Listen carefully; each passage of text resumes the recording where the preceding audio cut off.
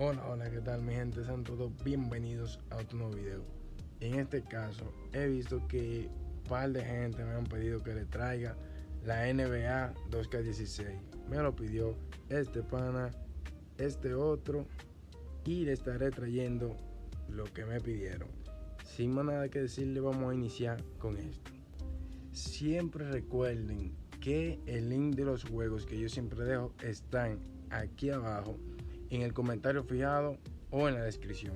Si no aparece en uno de esos dos, o sea, en la descripción estará en el comentario fijado, y si no está en el comentario fijado estará en la descripción. Vamos a darle play a esto y a mencionarle los requisitos que tiene que tener tu PC para poder mover este juego. Vamos al flow. Bueno, mi gente, entonces decimos que de tamaño pesa 38 gigas y viene para plataforma PC y Play. Entonces, este juego se lanzó en el 2015.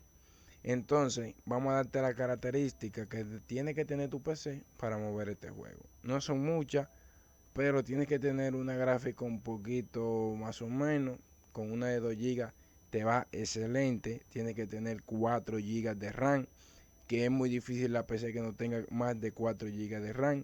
La mía tiene 8, o sea, supera las 4 gigas de RAM y lo movió muy bien.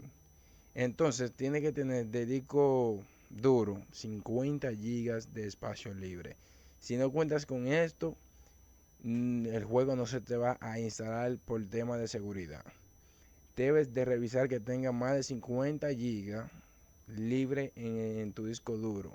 Si tienes y tu PC cumple con esto, el juego no te dará ningún problema al momento de instalarlo. Pero si tienes alguna duda o un error te dio, déjalo en el comentario de este mismo video y yo te estaré respondiendo para enseñarte cómo solucionar cualquier error que te dé.